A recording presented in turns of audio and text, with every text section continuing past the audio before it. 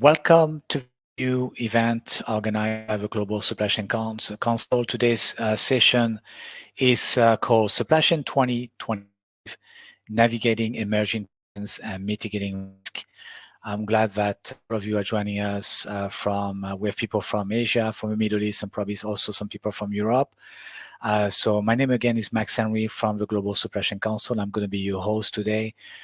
Just very briefly, I want to, some of you know the format, but I want to just brief you very quickly on this session. It's going to be a 55 minutes discussion where each of the panelists will be able to respond and comment on the different topics and questions we have prepared.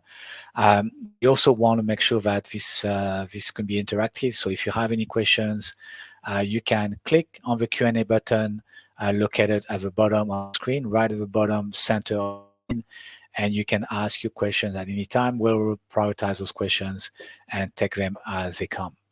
So before we get started with our own topic, I'd like maybe to get everyone to introduce themselves. Just with a quick intro, we're going to go on the screen. Maybe we're starting with you, Maria. If you could just say hello and tell us who you are. Yeah. Yes, good morning, good afternoon. Maria Kunenaki. I'm calling from Switzerland, and I used to be executive director of supply planning for Bristol Myers Squibb, where I was leading a team of 50 people for the end-to-end supply chain, including site supply chain, long-range planning, and product strategy team.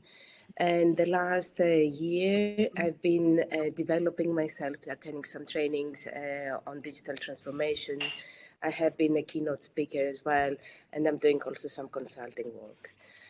Good morning, good afternoon from Switzerland. All right. Thank you very much, Maria. Okay, next is Lamia. Welcome, Lamia. Go ahead, yeah. Yes, good morning or good afternoon, everybody. Thank you, Max and Danny, for organizing this event. So my name is Lamia Benis. I am originally from Morocco, and I have been working most of my life in Asia. Although now I am in Estonia, but let's say I'm more an Asian in terms of career. I have worked 20 years in logistics and supply chain management, and I experienced it from different angles. I was working in manufacturing, then in freight forwarding, and for the past 10 years, I have been consultant to private companies on supply chain matters, and then consultant to the World Bank and other institutions. And usually my year is like 2/3 with the World Bank or another institution and 1/3 with private companies. So I'm happy to be here and looking forward to this exciting panel. Thank you. Okay. Thank you very much, Lamia. Okay, next is Niraj. Welcome, Niraj. Go ahead, yeah. Good morning, good afternoon, everybody. My name is Neeraj. I am the Global Category Manager for Schindler Group, mainly focusing on logistics worldwide. I'm currently based out of Kuala Lumpur. I got about an experience for about a decade and a half, primarily into production planning, logistics delivery, demand planning, and so on and so forth. But currently, I primarily work on transportation, procurement of best services for different modes of freight for my organization. And I'm based out of Kuala Lumpur. Thank you. Thanks, Niraj. Okay, next is Tala. Welcome, Tala. Go ahead, yeah. Hey, hi everyone. I hope you can hear me clearly. My name is Talha. Thank you for having me here. I am a supply chain professional for the last 17 years. I'm currently working for Pfizer, a pharmaceutical company, as a regional supply chain director looking after their supply planning hub, which is based out of Singapore. That is where I'm also located. Over 17 years, I've experienced diverse companies or industries, leading from fast-moving consumer goods to chemicals and now to biopharmaceuticals. Thank you, and looking forward to this discussion. Great. Thank you. We have Fang also joining us. Well, Fang, go ahead, yeah. Hey, hello everyone. This is Feng Shu. I'm currently looking at my background. I'm working for Disney, Shanghai Disney project. I joined Disney for about 10 years, established the whole team here. Before Disney, I basically spent like 9 years in Intel and 6 years in Dell, so pretty much in the supply chain area. So in the Disney, I covered all the sourcing, procurement, and supply chain area, overlooking all the park operation. Thank you. Nice meeting you. Great, thank you. Also joining us, welcome. Yeah, good morning and good afternoon. This is Knut calling in from Germany. Spent my life in supply chain and logistics, so the last 25 years and now 20 years with McKinsey as a partner here, working on supply chain topics across industries, planning, physical flow, organization. Clearly, the last 4 years for all of us have been a lot of risk and resilience, right? So that's what we also push, and very interested in the latest and greatest technology. Next to McKinsey, I'm still teaching as a professor to make sure that we develop the crowd and make sure that we have enough people well educated in the pipeline. And 2 years ago, we published a book called Source to Souls because we wanted to understand what does it take for supply chain professionals to get to the board. And that was a quite interesting journey. And it's still very happy to be here. Looking forward to our discussion. Okay, great. Thank you very much. We have next Louis. Welcome, Louis. Go ahead. Yeah. Hi, good morning, good afternoon to everyone. And thank you, Max, for inviting me here today. It is truly an honor to be part of this panel discussion. My name is Louis Chong, and I bring with me nearly 25 years of global supply chain experience. I've had the privilege of working extensively with SMEs and helping them formulate and execute strategic sourcing and vendor management strategies. And now I'm back in Penang, Malaysia, where I embarked on a new journey, starting my own supply chain consulting business. My practice focus is twofold. Number one is to help businesses identify and qualify suppliers in Southeast Asia, and also establishing a group purchasing organization here in Malaysia. And from my perspective, working closely with SMEs, the key question is how can smaller businesses, often with limited resources, leverage collaboration, technology, and data-driven insights to transform challenges into opportunities. So I'm excited, and thank you very much again. Thank you, Louis. Okay, last but not least, we have Thierry also joining us. Hi, Thierry. Welcome.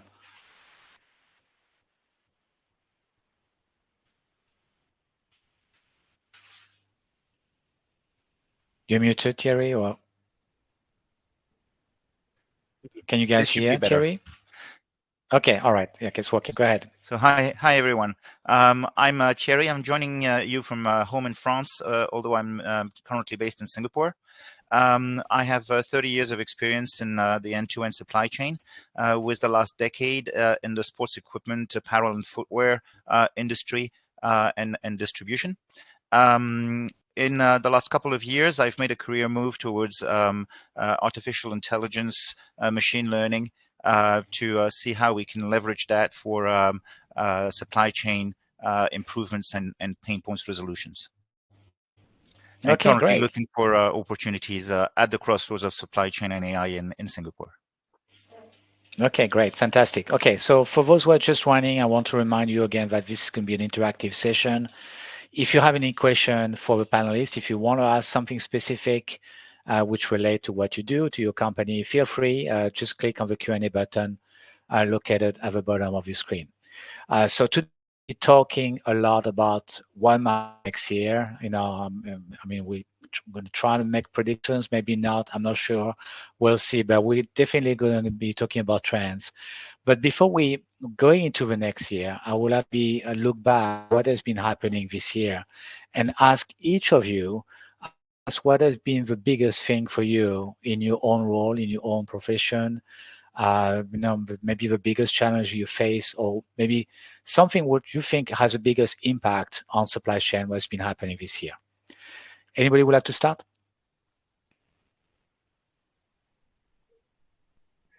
Make sure to unmute and just step in. Yeah, Feng? Yeah, I wanted to kick your stuff. The last year had been quite relatively good and stable year for our business in Shanghai. It sounds a little odd in the current environment, but this is the reality, right? We are so happy that we can build up a resilient business here in Shanghai, especially the park. but also there's a lot to do with it. Our biggest challenge in the year is to support ongoing challenge from the business, from the logistic and supply chain and warehouse perspective. So now getting to the stage, it is not only the traditional way of looking for the solutions. So a lot of solution we're looking to, for example, like a inventory warehouse, we have to take consideration about the system capability, right? Traditionally, it's more about the space, a lot about the efficiency, but now system gonna come and play in a very critical role. So yeah, we had a lot of focus on the system capability, and we wanted to invest smartly and invest for the long-term interests. Okay. All right. Anybody else? I can go next if that's okay. Yeah, Lamia, yeah, go ahead. Or Maria, yeah. Maria, go ahead, yeah. Yeah. Yeah. So I'm not right now in the corporate world, but what I have seen the past year is that the transformation that has been happening in the background, given all this geopolitical situation that is currently still, it was more intense in the beginning of the year and still there with the U.S. elections, with all the things that are coming out of the U.S. elections. I think this has been a quite of an unstable environment, and going back to risks and mitigations that Knut mentioned, and building resilience in supply chain. I think this has been the topic for 2024, and I think it will continue, and more transformation is going to come, because also the AI has played a role, and AI will play a bigger role. And I'm looking forward to hear Thierry's input there, since he's the expert on the AI, to see how this will evolve also the workforce, and how it will evolve our jobs as well. So these are the big disruptive things that I have seen in 2024. Okay, great. Lamia, you next. Yeah, go ahead, yeah.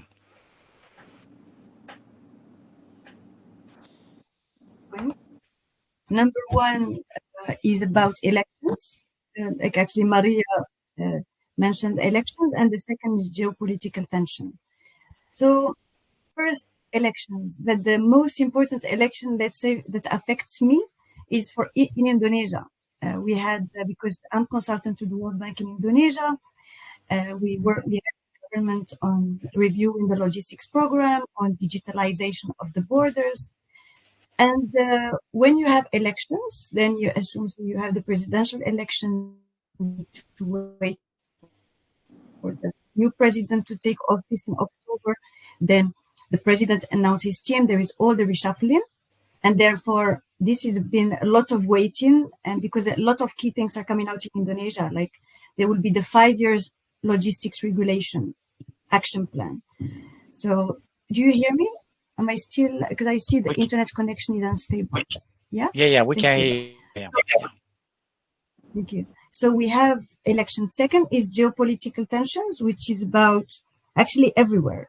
South China Sea, the Middle East, and Europe. And I am in Estonia. We are like big supporters of Ukraine. And therefore, the region here has suffered economically, but is ready to fight. In the Middle East, we have the Houthis shooting on ships in the Red Sea, which completely changed the routes east to west. And therefore, we had like higher costs than in 2023, with 2 to 4 times higher container costs. And we have added 10 days into the typical route between Asia and Europe. So that's for me. Thank you. Okay, great. Who's next? Tala, you would like to say something? I mean, great insights from my fellow panelists, right? I think on a positive side, though, I think the technological developments have really picked up pace in the organizations, and especially with the Gen AI coming in, or supply chain modeling tools.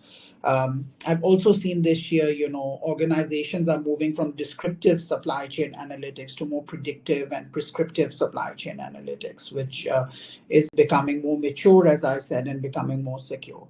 Of course, on the challenges side, as I think my fellow panelists have been mentioning, I think it's a lot of geopolitical uncertainty that leads to a lot of global disruptions, labor disputes. I was reading somewhere that, compared to 2023, there's been a 30% increase in these disruptions, which sort of makes us pivot back to risk management as a key area of consideration and focus for our organizations. So yeah, I think these are the two major trends to look out for. Thank you. Okay, the people, none of you are starting to talk about trends, which was my next question, but stay focused on what happened this year. What was the major that you think made the year, and talk about the trends because there are many of them in our follow-up questions. Louis, go ahead. Yeah. Okay, yeah, for me, the biggest thing that happened to me in 2024 is, of course, me starting my own supply chain consulting business here in Penang, Malaysia. But just looking across the world as a supply chain so-called consultant or executive, things around the world, geopolitics, election, and all that, it all affects what we do. If I want to echo what Lamia said about the Red Sea, it affected one of my shipments as well. And recently, I just read that the rail freight from China to Europe is now not only faster, but also cheaper than sea freight from China to Europe. So that's kind of crazy. Yeah. So I think that lays the foundation of the importance of having resilient supply chain and what we need to do as supply chain executive to manage that. Yeah. Okay. Sounds good. Knut, yeah, go ahead. Yeah. So for me, I will not repeat. So you mentioned disruptions and Gen AI, right? So that is super.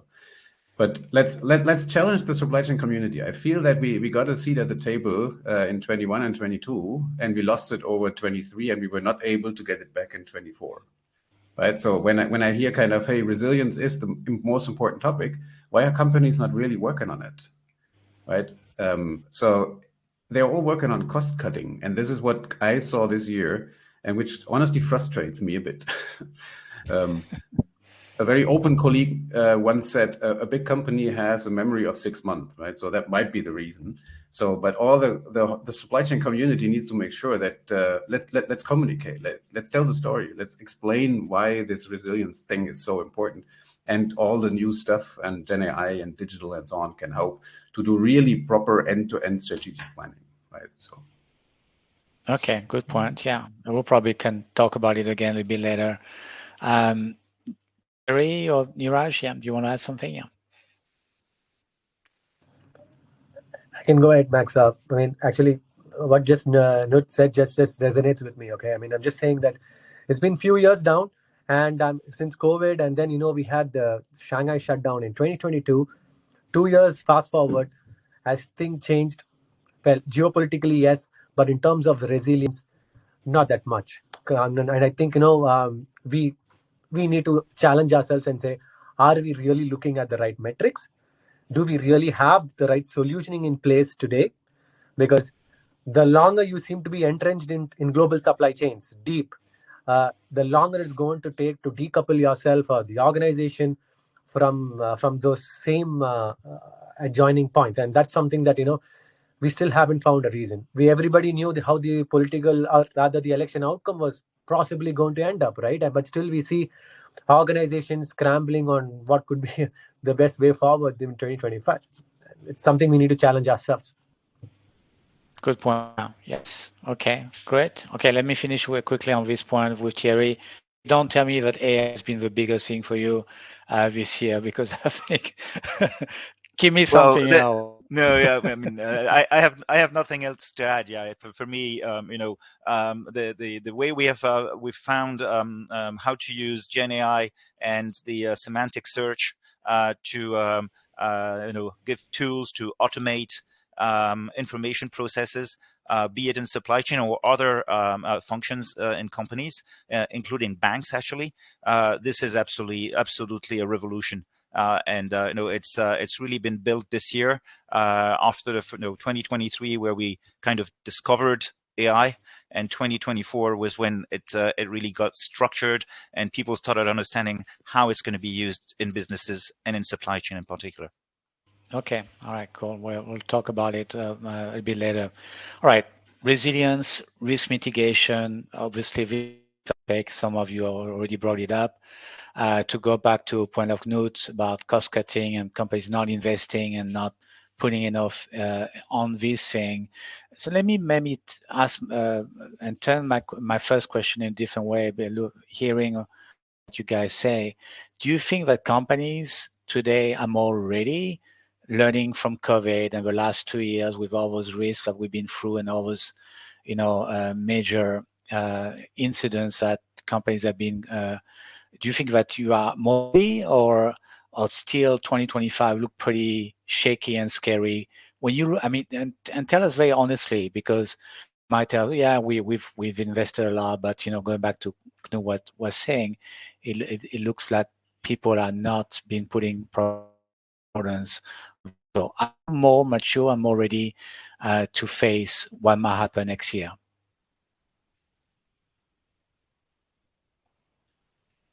Anyone? So, building a resilient supply chain is always, a balance between, cost and risk mitigation, right? Just like insurance policy comes at a cost. The honest answer to your question, Max, is that I don't think companies are ready for 2025, especially, with the Trump tariffs coming. I'm working with clients and I'm, trying to engage them to look outside of China if they're not already looking. But still, a lot of them are just sitting on their hands and not making the move because it's going to cost additional money. But at the same time, as supply chain executive, what can we do to help our companies, right? So number one, of course, is to dual source. Make sure that you have a supply base, ideally from different countries or regions, to mitigate risk tied to geopolitical instability or tariffs coming from Trump, right? And for SMEs that I work with, sometimes dual source is not feasible. In that case, then establish a strong relationship with a potential alternative supplier who can step in when needed. And that is really important because, if today Trump imposed 60% tariffs on the Chinese supplier, and that is your sole source supplier, and you don't have a ready backup, then you're in big trouble. Another way to do that is to have some inventory to bridge the time needed to ramp up alternative supplier. And when you say buffer inventory, it's not just the finished goods or the module. Sometimes it's enough to just buffer the so-called critical components that will keep you going. And last but not least is looking at pricing and see how you can risk price hedging, because right now with climate change and everything, a lot of the items prices are going up due to climate change. So for example, I recently helped a client lock in coffee prices for 2 years through a subscription program, safeguarding against future cost increases. So these are things that we can do as supply chain executive to help our company from a so-called SME perspective. All right. Anybody else? Yeah, Fang, yeah. Yeah, thank you. Yeah, and I think that there's a couple of good ideas have been thrown on the table. It is all true. Number one is uncertainty, right? And just like a geopolitical plays on key role, uncertainty, and globally, we'll expect the more leadership and possibly some of the new leadership will throw in their new thought about the global relationship. That adds a lot of uncertainty. Plus, the leadership personality going to be very uncertain as well. That will trigger very different, for the business to make any judgment. And secondly, I totally appreciate the Nuts point is about for the company wise, always looking for cost in terms of the benefit, which means lower cost. But in reality, all the uncertainty will bring us in a different reverse way. And I wanted to add another one. So, even though looking back 2 years ago, there's a lot of like COVID, but think about the actual any investment decision, right? The cycle, especially related to capital investment, decision will take a couple of years, maybe 1 to 2 years at least for capital investment decision. If you really want to move your supply chain, based on my experience previously on the industry, it will take at least 2 to 3 years, right, to make anything happen, reality. If it is anything to do with critical parts, like a lot of technology related, think about the certification qualification. It will add up easily 1 to 2 years, right? In top of all the change decisions, certification, logistics, et cetera, et cetera. So I will not personally expect any meaningful change going to be happen within like a 3, 4 to 5 years window, right? It's not realistic. You may make a little tweak, but nothing in the short term going to be happening. The real question is, given all the uncertainty, all the longer term cycle about the supply chain change, what the business is going to do, right? So I would believe, to me, if I pretty much diving myself into the business, I don't gonna change everything in the capital investment. I can't change that certainty, but one thing I gonna focus is really about to start from very small, right? From the product, from the service, from anything I know. The business hates uncertainty, right? Every decision we'll make in the corporate level is based on the certainty, not uncertainty. So again, I think the supply chain war, we're going to understand the unknown and uncertainty, right? And understand the circle for any change. But in the reality on the day to day, I would predict in 1 year or two, still very focused on the execution level, focusing on the small thing, focus on anything we can control. So that's my perspective. Okay, thank you very much, Fang. All right, Tala, yeah, go ahead, yeah. Yeah, thank you. I just want to build on what my fellow panelists have had it here, right? I mean, to be honest, I think post-COVID, we have entered into an uncharted territory. I speak also from a biopharma perspective.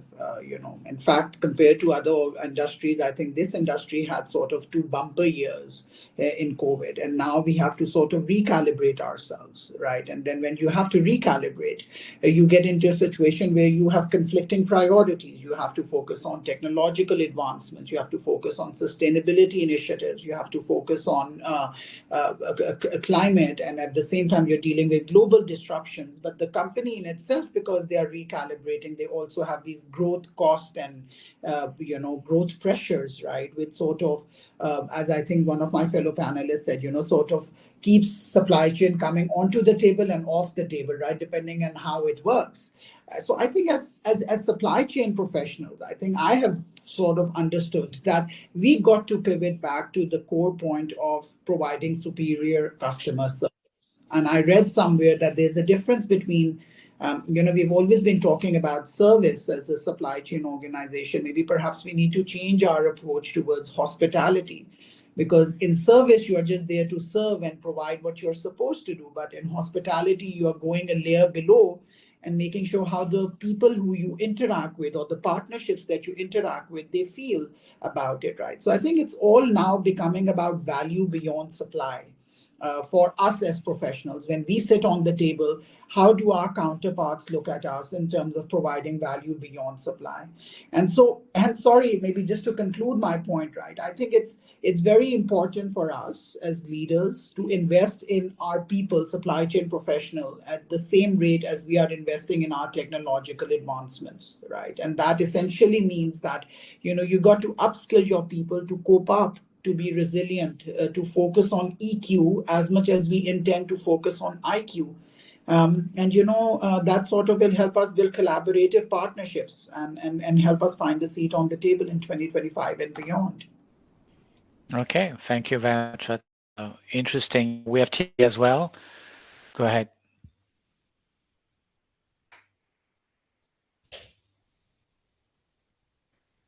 Your microphone is not working. There's an issue. My microphone. Can you hear me now? It's working now. Okay. Yeah, it's all go. Yeah, I was saying I wanted to build on what Tala was saying about building customer service and ensuring that we focus on the talent of the people, because I think there's another area where many companies are not ready, and we have seen that showing in reports by Gartner, BCG, Accenture. Sorry, Knut, I haven't seen the McKinsey ones, but I'm sure they're there, showing that the leaders are investing in technology and in AI and Gen AI 5 times more than those trailing. And so one of the things that's going to happen is going to the gap in technological advancement and technological capability by the teams is widening very fast, and that's actually another risk, because those people who do invest in the predictive power and automation provided by AI and Gen AI are going to be able to provide better customer service at lower costs, have better insights for the future than their competitors. So this is something really companies need to also put on the risk radar, because if the gap widens too fast, well, it's going to be difficult to bridge it. Interesting. Yeah, Lamia. Yeah, go ahead. Yeah,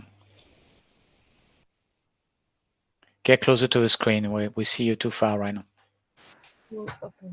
So I think I will not repeat a lot of what have been said, because all the fellow panelists have been coming up with really interesting insights. And I would like to focus on one point, which is about the access to finance. Because, when we talk about resilience, and we all know that, let's say, globally, the interest rates have been quite high.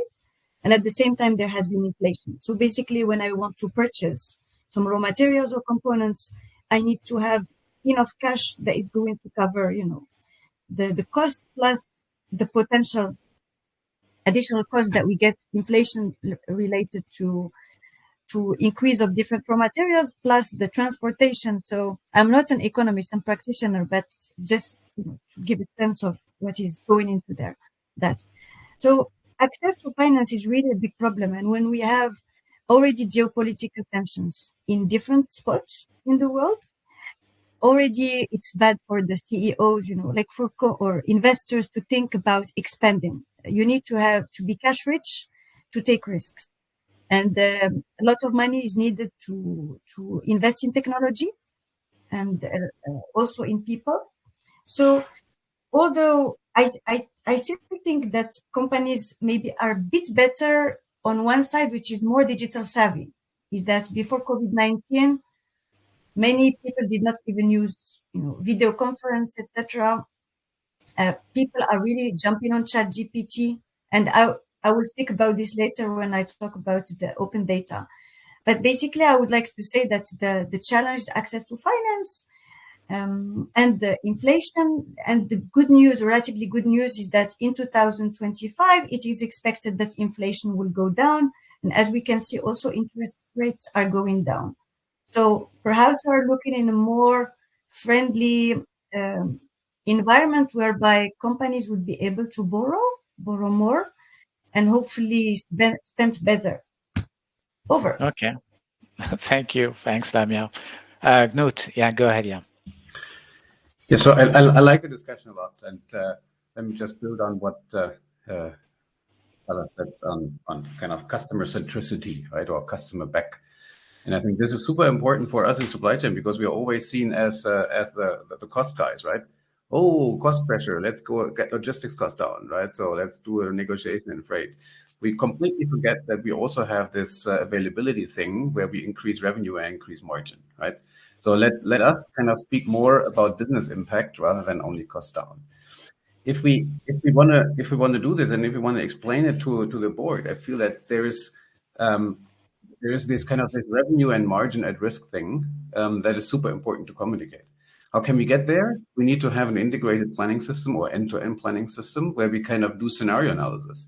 And this is what we see we do a yearly survey on risk and resilience. And this is where we see that kind of companies are now starting to catch up, right? So they start to invest, and that's now getting better.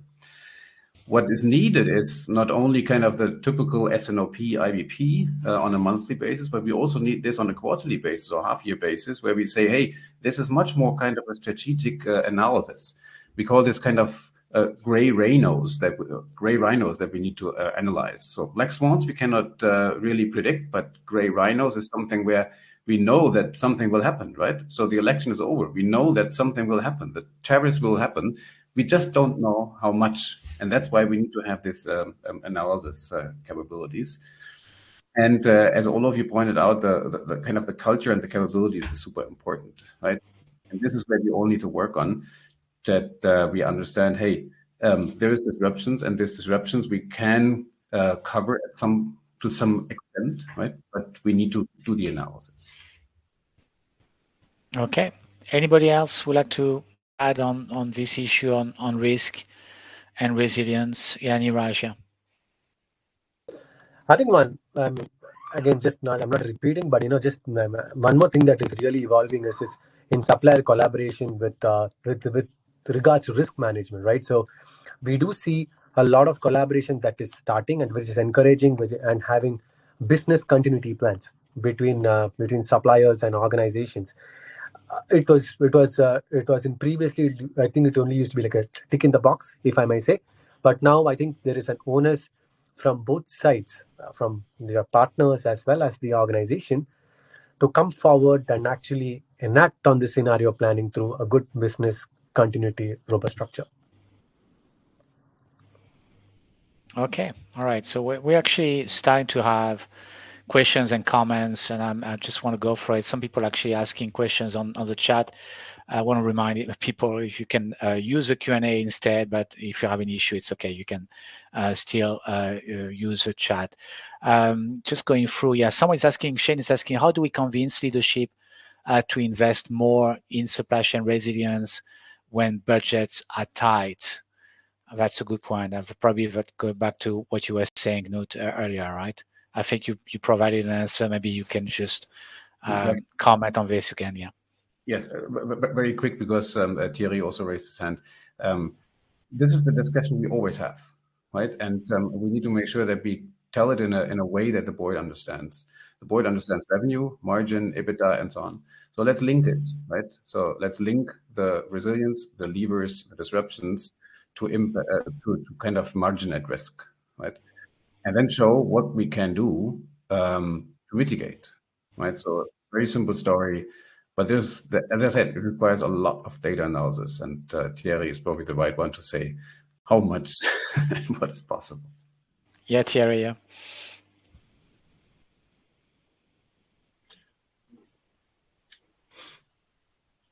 There's always a delay, Thierry. You probably have a problem with your mic. That's because I'm so far. No, now it's working. Whenever you touch it, it works.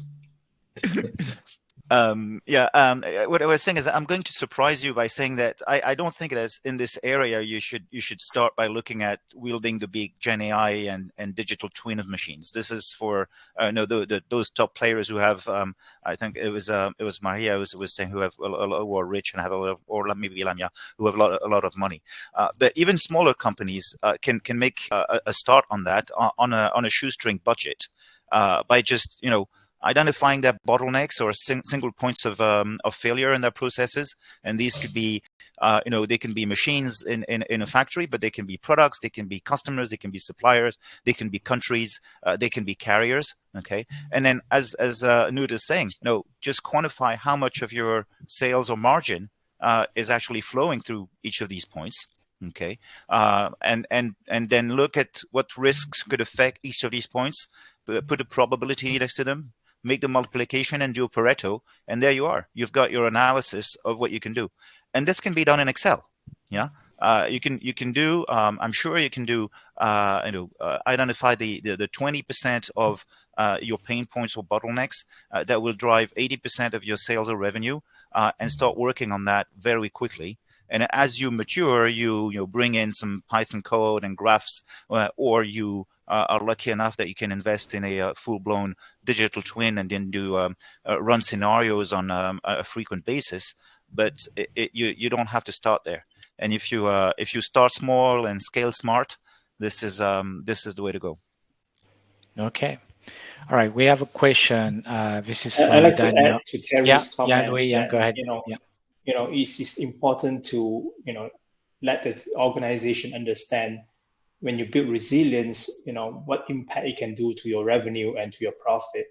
And we shouldn't work in just our own supply chain functional silo. You work with your sales department, you work with finance, so that you can identify the bottlenecks that Terry mentioned or the potential failure points, but at the same time, the actual impact have to be signed off by the other functions as well.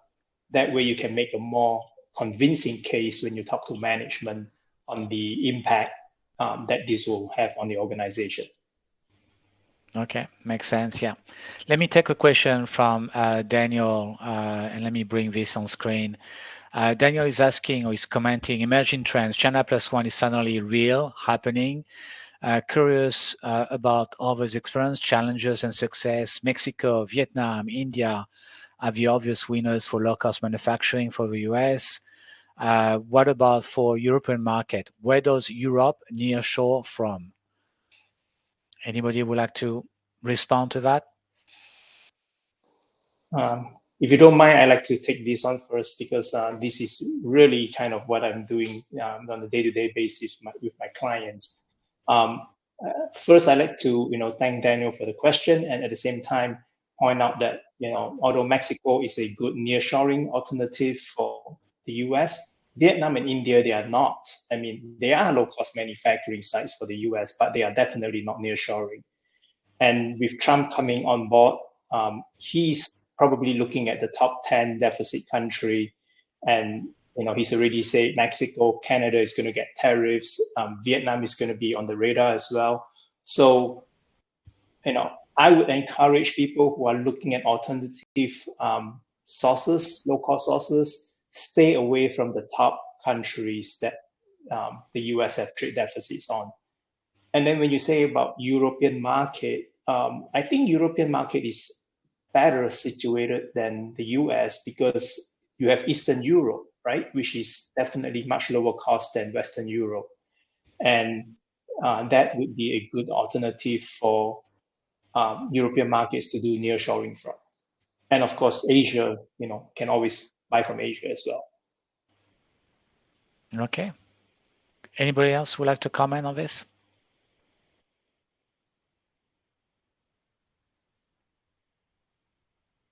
Yeah, Lamia.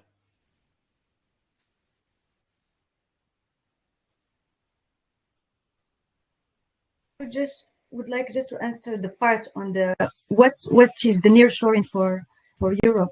It's basically, as Louis mentioned, you have Eastern Europe and then you have the Western Balkans.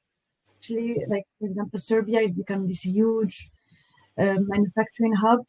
You also have Turkey, which is traditional nearshore source for the EU.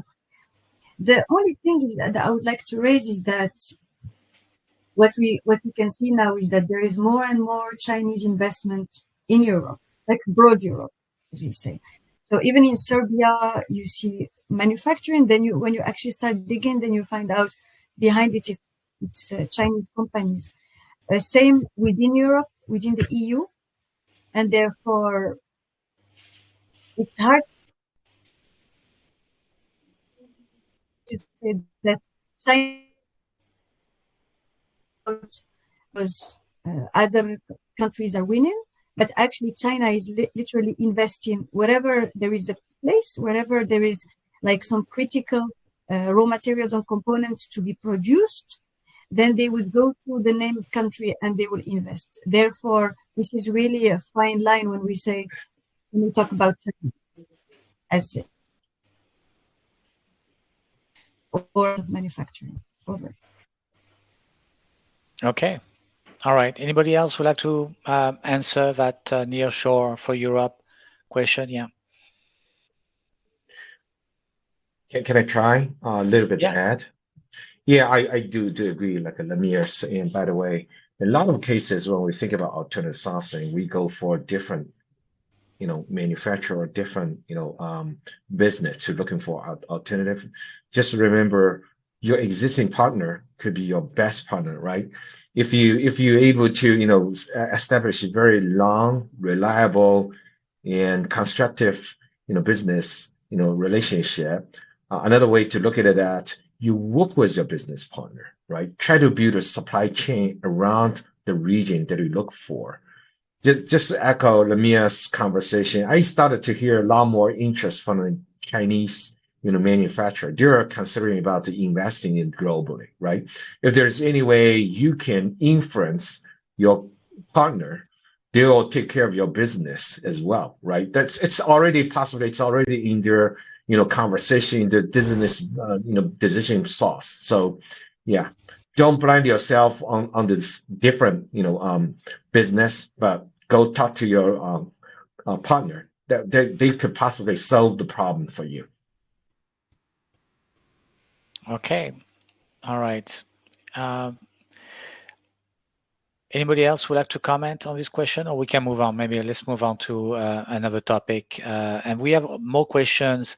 So I'm looking at the questions which are being posted on the chat, and I know that the Q&A is not actually now working for some of you. So thank you for your questions anyway. And so on the chat, I see there's one question from Sanjeev. I'm not sure whether you guys can answer. He said, we have observed very high volatility in agricultural products like coffee, cocoa, oils. How do organizations mitigate this inflation through procurement strategies, and how effective have they been in the last 12 months? Anybody would like to comment on this?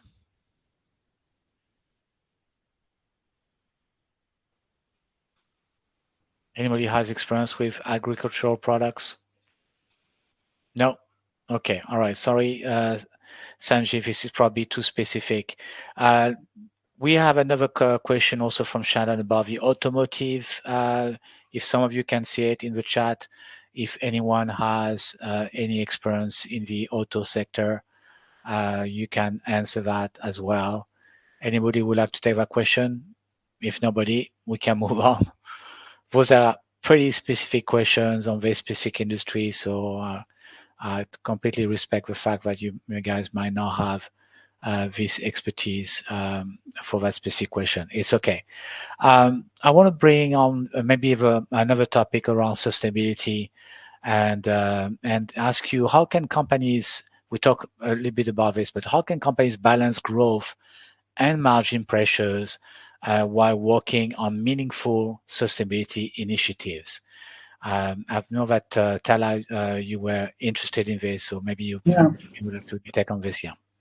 Yeah, I mean, if you look at, I hope you can hear me right. I think in 2024, I think as I mentioned, or many of us have mentioned, that the company sort of pivoted back to revenue growth generation in a very, very constrained cost pressure environment, right?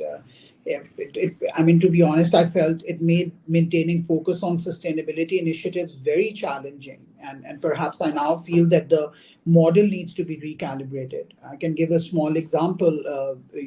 As in pharmaceuticals, there was a lot of focus on moving from air to ocean, and I think there was a mention about moving to rails as well, right? But I think as the company wanted to increase the speed to market, all of these initiatives took a back seat. The organizations were saying, yeah, okay, we understand this, but we got to get to the patients and the customers first. So we were converting things rather in reverse. We were going back to air, right? And I think what now we need, I feel, going forward, and to answer your question, what we need to do is we need to embed all of this in the core business, right? I think what Thierry was mentioning, we got to speak the language of the business here. Till now, I feel that all these net zero, everything was a standalone initiative. You had the company which was focusing on revenue and cost and everything, and then you had the sustainability sitting as a separate thing, right? It was never per se so embedded in the organization's core business or culture. So I think what we need to do is we need to focus our priorities that help to improve operational efficiencies. When we talk about things like circular economy or potentially things that do not impact revenue generation per se. I can again give a small example, and then maybe I can ask other fellow panelists to add on, right? I mean, pharmaceutical products has a lot of paper involved therein, right? Leaflets and everything, right? So I think one way of pivoting back to sustainability that does not impact your revenue generation is what we are moving towards, which is towards e-labeling, right? Use the technological advancements, put a QR code instead of leaflets, right? So you sort of focus on circular economy, you sort of focus on sustainability, but then at the same time, you are actually not really impacting revenue generation, right? Which perhaps is something that is critical and important to the business. So I think that's you got to sort of embed yourself in the conversation in a much more meaningful and perhaps leverageable manner. Max? Okay. Okay, thank you. Yeah, Maria? Yeah, I agree totally with what has been said. I think you have to embed the sustainability as part of your operations. You have to work with your suppliers, downstream, upstream, to develop a sustainable solution. You cannot just do it alone. You are in a system, and you're in a greater system than just the four walls of the company. So sustainability is going to be, at this stage, is not maybe in the top of the agenda. The revenue and the cost, of course, is always coming on the table, but it's going to be, and it's going to be, it will become an urgency, I think, at some point. It will be also how you are being selected by your customers eventually, and how you are selecting your suppliers. So if they can offer sustainable solutions, and if you offer sustainable solutions to your customer, you will be a kind of preferred supplier. So I think this is going to be a competitive advantage, if I may say. At this stage it is, but that in few years down the road is going to be a necessity. So I think as sooner the companies are prepared for sustainability, sustainable solutions, the better it will be for them to continue supplying continuing supplying the world and the patients and the consumers. So I think sustainability should be part of the agenda. I know cost is there, but I think it's a balancing act again, and it has to be a direction from the top down.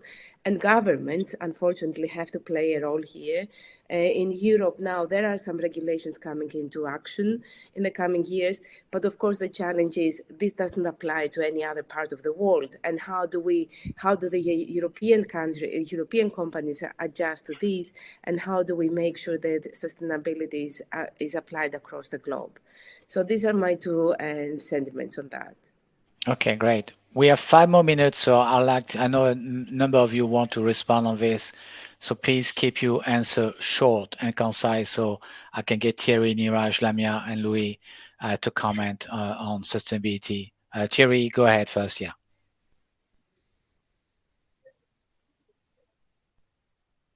Are you still muted with your microphone? Can you hear me now? Yeah, okay, it's working. Okay.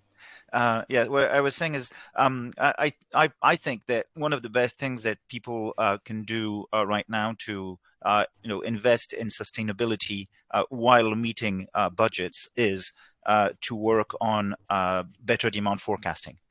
Better demand forecasting gives you is actually quite cheap, right? You don't need a big system. You can go by with one or two very good forecasters. Some of them are freelance consultants, and you can access them for not a lot of money. Okay, and if you improve the accuracy of your forecast by 20%, this could mean as much as 10% inventory reduction along your supply chain. So big returns on that. And guess what? When you reduce your inventories, or when you reduce the resources you mobilize, you actually reduce your carbon footprint. Okay. So I think this is a bit provocative by saying, yeah, technology and data-driven technology can help, and maybe can be one of the leading drivers in the sustainability endeavors. Interesting. Yeah. Niraj, quickly, yeah. That we have started doing, and many of us could do, is that we should put a timeline of those projects, that the return on investments is going to take for these projects. For example, circularity projects, the return on investments could be slightly faster. So you could fast track these projects across different regions, assuming you're a global multinational company. And whereas for projects with a longer ROI, which is understandable for the organization that they would not be able to push through, that it comes with a longer roadmap with a longer time frame. And let's say for a period of 5 to 10 years, most of the other regions in the world would also probably start thinking in the way that Europe has already started moving towards sustainability. Okay, Lamia, very quickly, yeah.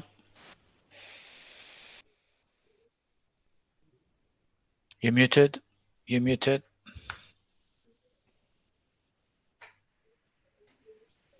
In 2025, the market listed companies that are with the more than 250 employees will have to submit a report, which is this European Sustainability Report standards. And basically the thing it doesn't, so if one of your customers is a multinational, or let's say large enough and is based in Europe, they will come for you and they will say, please give me a report of sustainability. They will ask you how much CO2 is being used, being consumed. So this is just a warning that, look, it's January 2025. If your clients are multinationals in the EU, they would be asking you questions. So just be ready for that. Over. Okay, thank you. Louis, very briefly, you've got 20 seconds, and then we need to wrap up. I made a promise earlier, yeah. From my perspective, we can turn this into an opportunity. So we can work with suppliers to simple things like, reducing packaging, make it, not only using less material, which has less carbon footprint, but by reducing that, you can also lower the cost. So we have to think outside of the box, work with suppliers to see how we can reduce our carbon footprint, at the same time reduce costs. Okay, thank you very much. Okay, so we didn't get to cover, 90% of the topics that we prepared, but it's okay. We had some good comments and good questions. That was the whole point of having the audience today. No worries. We're going to have a lot of discussions again next year. We know we kick starting a discussion on January 9 with supply chain planning, and we will have pretty much a discussion, an event, a forum every single week, some week, twice a week. So there will be plenty of opportunities to continue the discussion on all those topics that we have prepared. Thank you very much again for your time, for sharing your insight. I will invite you again in 2025. We look forward again to meet you at our Christmas party, December 23rd. If you have time, drop by. It would be fun. And otherwise, I wish all of you a Merry Christmas and a Happy New Year. We'll see you next year. Thank you. Thank you. Thank you, Happy everyone. holidays. Happy New Year. Thank you. Happy holidays to all. Today.